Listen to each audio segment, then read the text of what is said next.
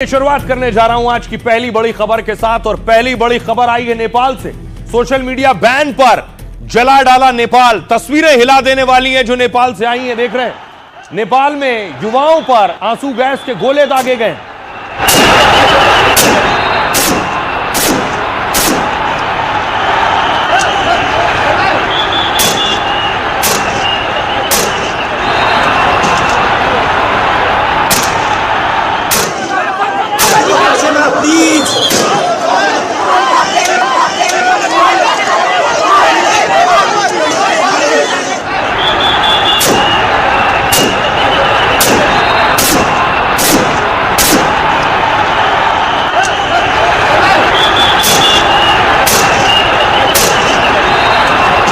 आप नेपाल की देख रहे हैं जहां युवाओं पर गोलियां चलाई गई जो प्रदर्शन कर रहे थे। आंसू गैस के गोले दागे गए हैं।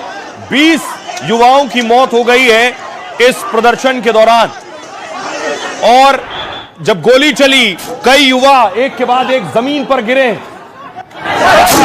गोलियां लगी कईयों को।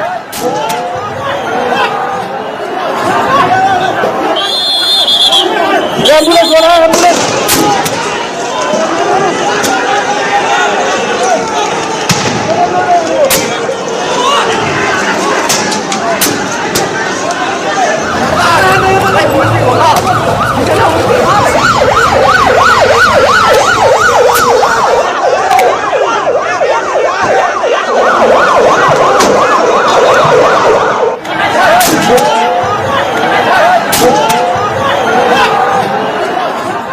और ये आपको बताऊं ये हुआ क्यों। आज दरअसल युवा सड़कों पर उतरे जिन्हें जेनजी कह रहे हैं। वो युवा सड़कों पर थे, प्रदर्शन कर रहे थे। सोशल मीडिया बैन के खिलाफ ये प्रदर्शन था।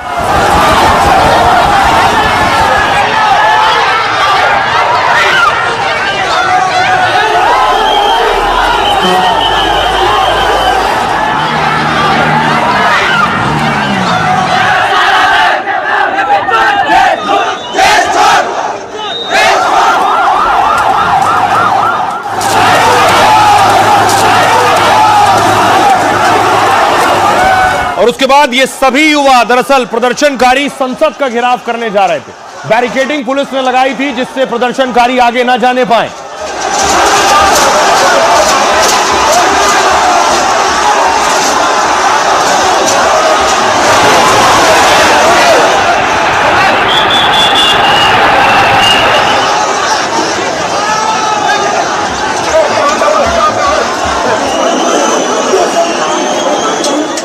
और उसके बाद प्रदर्शनकारियों ने बैरिकेडिंग तोड़ दी, गिरा दिया इसे और उसके बाद संसद की तरफ बढ़े।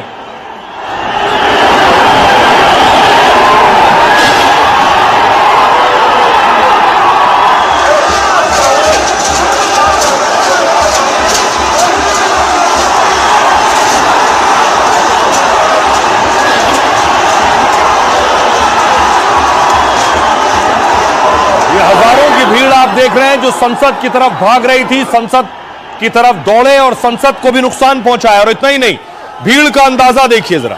जहां तक नजर जाएगी आपको युवा नजर आएंगे, प्रदर्शनकारी नजर आएंगे जो फेसबुक इंस्टाग्राम बैन करने को लेकर प्रदर्शन कर रहे थे।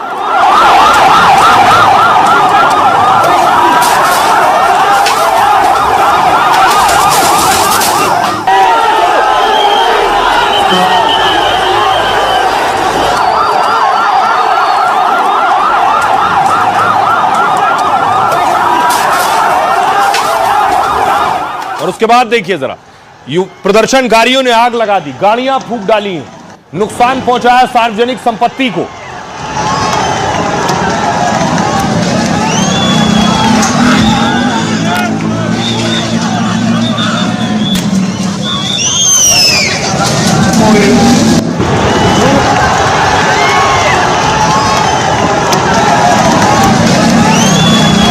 प्रदर्शनकारी जिन्होंने आग लगाई ये खुद को जेनजी कह रहे हैं। आपको बताऊंगा जेनजी क्या है, ये कौन लोग हैं। लेकिन बैरिकेडिंग गिराने के बाद ये संसद की तरफ बढ़े, नेपाल की संसद तक पहुंच गए, संसद के दरवाजे पर चढ़ गए। ये आप देख रहे हैं, दरवाजे पर चढ़कर तोड़फोड़ शुरू कर दी, आग लगानी शुरू की।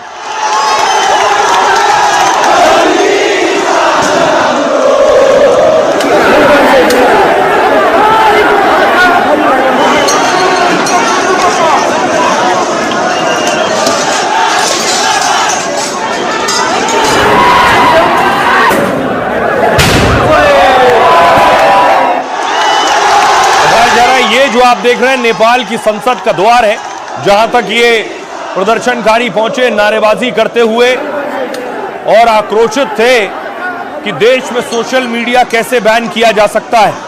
उसके बाद इन्होंने पुलिस को निशाना बनाना शुरू किया, पुलिस पर पत्थर बरसाने शुरू किए, एक एक कर पुलिस पर पत्थर फेंके, पुलिस को टारगेट किया।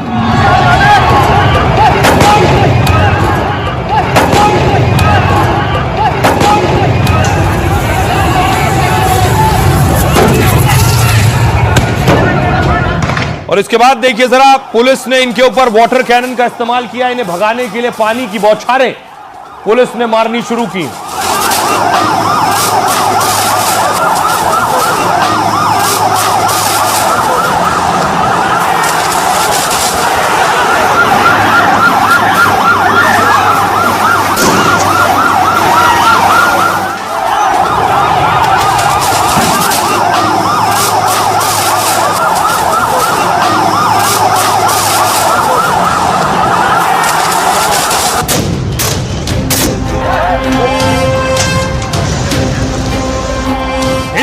पत्थर और बवाल, ये सब हिंदुस्तान के पड़ोसी देश नेपाल में हो रहा है। जिस ओर जवानी चलती है उस ओर जमाना चलता है। इसी इरादे से नेपाल के युवाओं ने सत्ता की चूल्हे हिला दी। काठमांडू से लेकर पूरे नेपाल में जेन ज़ी ने करप्शन और सोशल मीडिया बैन के खिलाफ ऐसी हुंकार भरी कि केपी ओली सरकार हिंसक होते आंदोलन के लिए दमन पर उतर आई। काठमांडू प्रशासन ने तोड़फोड़ करने वालों के खिलाफ शूट एट साइट का ऑर्डर दे दिया है, यानी उग्र प्रदर्शनकारियों को देखते ही गोली मारने के आदेश। पुलिस ने जिस इमारत से गोली चलाई थी उसमें भी युवा प्रदर्शनकारियों ने तोड़फोड़ कर दी। हंगामा बढ़ते देख ओली सरकार ने सेना उतार दी, कर्फ्यू लगा दिया और अब किसी भी तरह से आंदोलन को कुचलने की कोशिश हो रही है। हजारों उग्र आंदोलनकारियों के सपोर्ट में नेपाली सेलिब्रिटी भी आ गए हैं। तो क्या बांग्लादेश और श्रीलंका की तरह नेपाल में भी तख्ता पलट हो जाएगा? और आइए अब आपको बताऊं, ये आप देख रहे हैं नेपाल की सड़कों पर हाल ये था, कहीं गाड़ियां जला के राख कर दी गई। पुलिस ने कोशिश की अपनी तरफ से टीयर गैस चलाने की, लेकिन प्रदर्शनकारी पत्थरबाजी कर रहे थे। लेकिन ये हुआ क्यों? दरअसल सोशल मीडिया बैन पर यह नेपाल जल उठा है। 12,000 से ज्यादा प्रदर्शनकारी संसद में घुसे। इसके बाद सेना ने कई राउंड फायरिंग की है। वहां नेपाल की संसद में भीड़ के घुसने का यह पहला मामला है। अब संसद में अब तक कोई नहीं घुसा था। प्रदर्शनकारियों ने संसद के गेट नंबर 1 और 2 पर कब्जा कर लिया। संसद भवन, राष्ट्रपति भवन, उपराष्ट्रपति भवन के पास कर्फ्यू लगा दिया गया। पीएम आवास के पास भी कर्फ्यू लगाना पड़ा। हालात ऐसे हो गए, पुलिस ने वाटर कैनन और आंसू गैस का इस्तेमाल किया, लेकिन बेकाबू भीड़ को कंट्रोल करने के लिए फायरिंग करनी पड़ी। काठमांडू प्रशासन ने तोड़फोड़ करने वालों पर सख्ती दिखाई है। तोड़फोड़ करने वालों को देखते ही गोली मारने के आदेश दे दिए गए। भारी संख्या में सुरक्षा बलों को मौके पर तैनात किया गया फौरन। काठमांडू के साथ ही देश के कई इलाकों में प्रदर्शन हो रहे हैं नेपाल में। इस आंदोलन का नेतृत्व नेपाल के युवाओं ने किया है। नेपाल में इसे जेन ज़ी क्रांति कहा जा रहा है, जेन ज़ी रिवॉल्यूशन। युवाओं ने शांतिपूर्ण विरोध प्रदर्शन के लिए दरअसल अनुमति ली थी, लेकिन कुछ ही घंटों में प्रदर्शन उग्र हो गया। हजारों प्रदर्शनकारी नेपाल की संसद भवन तक पहुंच गए। गुस्साए युवाओं ने पुलिस पर पथराव शुरू कर दिया और भीड़ ने कुछ जगहों पर आगजनी की भी कोशिश की है। एक एम्बुलेंस को आग के हवाले कर दिया गया। कई इलाकों में रात 10 बजे तक कर्फ्यू का ऐलान किया गया। नेपाली पीएम ओली के इस्तीफे की मांग भी तेज हो गई है। बिगड़े हालात के बाद नेपाली पीएम ओली ने फौरन आपात बैठक बुलाई और नेपाल में पीएम आवास पर सुरक्षा परिषद की बैठक हुई है। और भारत नेपाल सीमा के पास भी एसएसबी ने चौकसी बढ़ा दी है। भारत नेपाल सीमा के पास भैरवा में भी कर्फ्यू लगा दिया गया है। यह है स्थिति।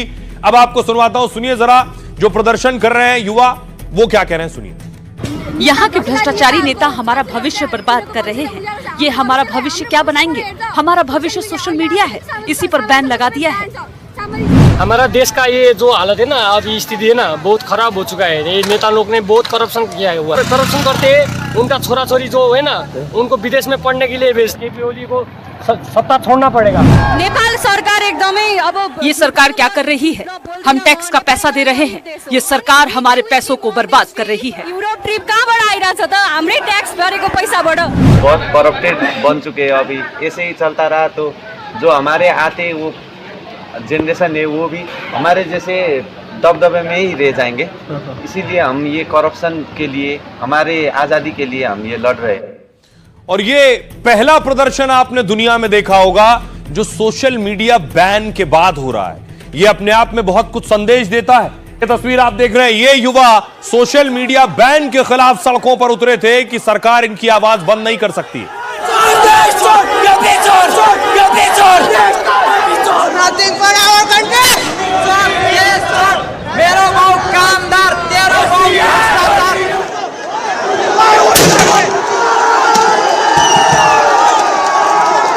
रहेगा आपको बताऊं कि आखिर सोशल मीडिया बैन क्यों हुआ है नेपाल में, क्या वजह है जिस पर यह बवाल हुआ। नेपाल में 26 सोशल मीडिया साइट्स पर बैन लगाया गया है। 3 सितंबर को नेपाल सरकार ने यह बैन लगाया। फेसबुक, इंस्टाग्राम, यूट्यूब सहित कई साइट्स पर बैन है।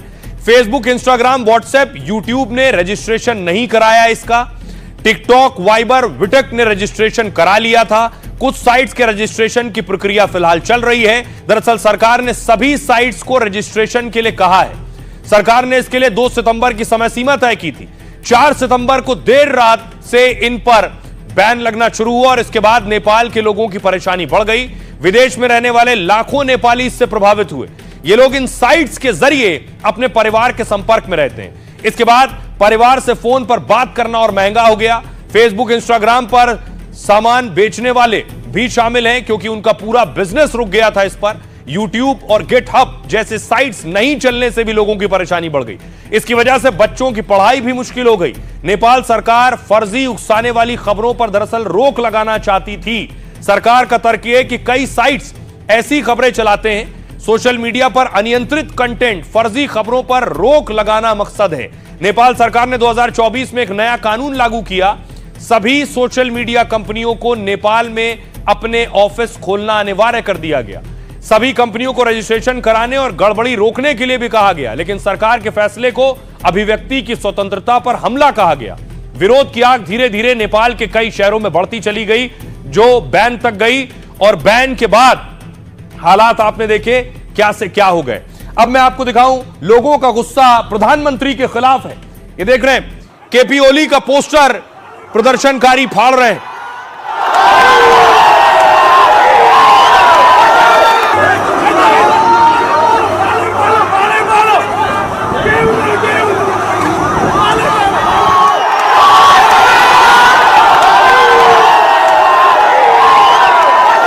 जितने लोगों को आपने प्रदर्शन करते देखा, इनकी बहुत ज्यादा उम्र नहीं है। इन्हें जेनजी कहते हैं। ये जेनजी आखिर क्या है, आपने शायद पहली बार सुना होगा। ये जेनजी होता क्या है? दरअसल मैं आपको बताऊं, ये जो आप युवाओं को देख रहे हैं पैम्फलेट और पोस्टर्स के साथ, यही जेनजी की एज है।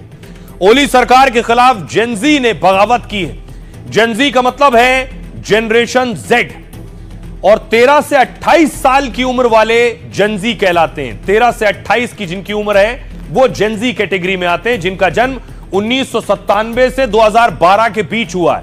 यह पीढ़ी इंटरनेट की गोद में पली बढ़ी है। इस पीढ़ी के लोगों की शुरुआत ही सोशल मीडिया से हुई है। इनका बचपन इंटरनेट, स्मार्टफोन, गेम्स और फेसबुक से शुरू हुआ है। होश संभालते इंस्टाग्राम, टिकटॉक, स्नैपचैट, यूट्यूब इन्होंने देखा है। इन्होंने ट्रोल, साइबर बुलिंग का सामना किया है। इन लोगों की सोच और नजरिया पिछली जनरेशन से अलग है।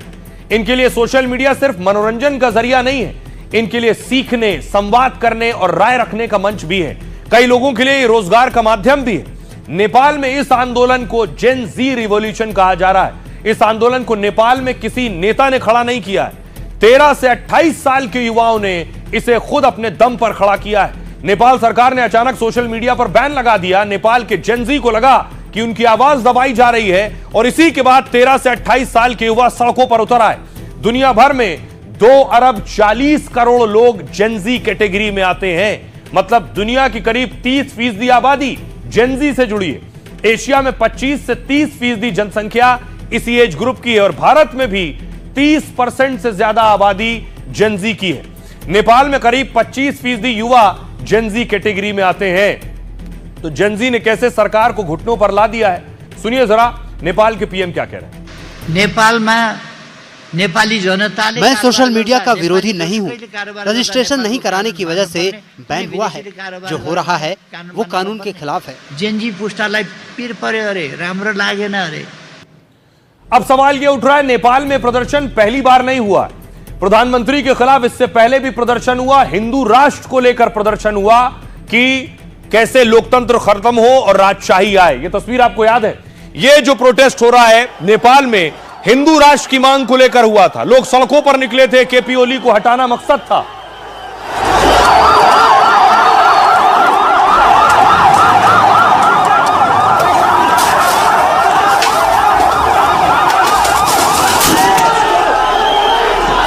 यह जो प्रदर्शन हिंदू राष्ट्र के लिए हुआ था, इसके पीछे एक चेहरा था, उनका नाम है दुर्गा परसाई। दुर्गा परसाई हिंदू राष्ट्र की मांग वाले प्रदर्शन का नेतृत्व कर रहे थे और कहा यह जा रहा है कि अभी जो सरकार के खिलाफ जेनजी खड़े हुए हैं उसके पीछे भी दुर्गा परसाई हो सकते हैं। तो आइए अब आपको बताऊं कौन है दुर्गा परसाई जिन्होंने नेपाल की सत्ता हिला दी है। यह है दुर्गा परसाई और यह नेपाल के पीएम केपी ओली। ओली सरकार के खिलाफ पहले भी बगावत हुई है। हिंदू राष्ट्र की मांग और राजशाही के समर्थन में बवाल हुआ। 25 मार्च को काठमांडू में राजशाही के समर्थन में हिंसक झड़प हुई। पूर्व राजा ज्ञानेंद्र शाह पर इस आंदोलन को हवा देने का शक था, लेकिन दुर्गा परसाई की गिरफ्तारी के बाद इस पर से पर्दा हटा। हिंसक प्रदर्शन का मुख्य आरोपी दुर्गा परसाई को माना जाता है। परसाई को असम पुलिस ने गिरफ्तार किया था। दुर्गा परसाई को इसके बॉडीगार्ड के साथ पकड़ा गया। परसाई को प्रचंड और ओली का करीबी भी माना जाता है। गिरफ्तारी के कुछ दिन बाद परसाई जेल से रिहा हुआ। परसाई नेपाल के एक दक्षिणपंथी राजनीतिक कार्यकर्ता है। 2023 से लगातार नेपाल में राजनीतिक आंदोलन कर रहा है। परसाई राजशाही और हिंदू राष्ट्र की स्थापना के समर्थक हैं। अब एक बार फिर नेपाल में हिंसा पर परसाई घिर सकते हैं। यह कहा जा रहा है कि इसमें भी परसाई का रोल हो सकता है। लेकिन नेपाल में राजशाही का दौर बहुत लंबा चौड़ा रहा है। नेपाल में लगातार प्रधानमंत्री बदलते चले गए, इससे भी लोगों में गुस्सा है। नेपाल में इसीलिए लोग चाहते हैं कि उनका विश्वास और यकीन राजशाही पर रहा है, इसलिए वो चाहते हैं कि राजशाही वापस आए। देखिए जरा नेपाल की स्थिति क्या है। जो मैंने आपको बताया, राजा रजवाड़े नेपाल में रहे हैं। 2008 में नेपाल में राजशाही खत्म कर दी गई थी। 2006 में नेपाल में बड़ा जन आंदोलन हुआ और इसके बाद राजा ज्ञानेंद्र को सत्ता छोड़नी पड़ी। 2008 में नेपाल को लोकतांत्रिक गणराज्य घोषित कर दिया गया। पिछले 17 सालों में नेपाल में 13 सरकारें बदल चुकी हैं। कई सरकार तो एक साल तक भी सत्ता नहीं संभाल सकी और मतलब 17 साल से नेपाल में राजनीतिक अस्थिरता जारी है। कोई भी सरकार अपना कार्यकाल पूरा नहीं कर सकी है। नेपाल में किसी भी दल को अब तक बहुमत नहीं मिल सका है। इससे राजनीतिक अस्थिरता, भ्रष्टाचार और बेरोजगारी बढ़ी है। नेपाल में राजा की वापसी की मांग को लेकर प्रदर्शन भी हुए और इस दौरान राजा वापस आओ, देश बचाओ के नारे लगे। हाल के सालों में नेपाल की अर्थव्यवस्था कमजोर हुई है। बेरोजगारी की वजह से लाखों लोग दूसरे देशों में पलायन कर रहे हैं। नेपाल की सरकारों पर भ्रष्टाचार के गंभीर आरोप लगे। इस वजह से जनता का विश्वास लगातार सरकारों से टूट रहा है। नेपाल कभी दुनिया का एकमात्र हिंदू राष्ट्र हुआ करता था। 2008 में नेपाल को धर्मनिरपेक्ष घोषित कर दिया गया। नेपाल को दोबारा हिंदू राष्ट्र बनाने की मांग कई बार हो चुकी है। आइए अब आपको सुनवाता हूं, सुनिए जरा नेपाल के पूर्व विदेश मंत्री क्या कह रहे हैं। नया पुस्ता है, युवा लोग थे, उनको रोजगारी से लेकर शिक्षा से लेकर कुछ समस्याएं थी। इसी बीच गवर्नमेंट ने वो अनरजिस्टर्ड जो प्लेटफॉर्म्स हैं उनको बंद कर दिया और इससे कई लोगों के पठन पाठन से लेकर रोजगारी तक असर हुआ और लोग काफी नाराज हो गए। लेकिन इस बीच में हमारा युवा तबका जो है आंदोलन में चला गया। समस्याएं आई हैं, वो आज बहुत विकराल रूप से समस्याएं आई। लोग मारे गए हैं, वो 18 से लेकर 28 साल की उम्र के लोग हैं। इसीलिए परिस्थिति बड़ी विकट है।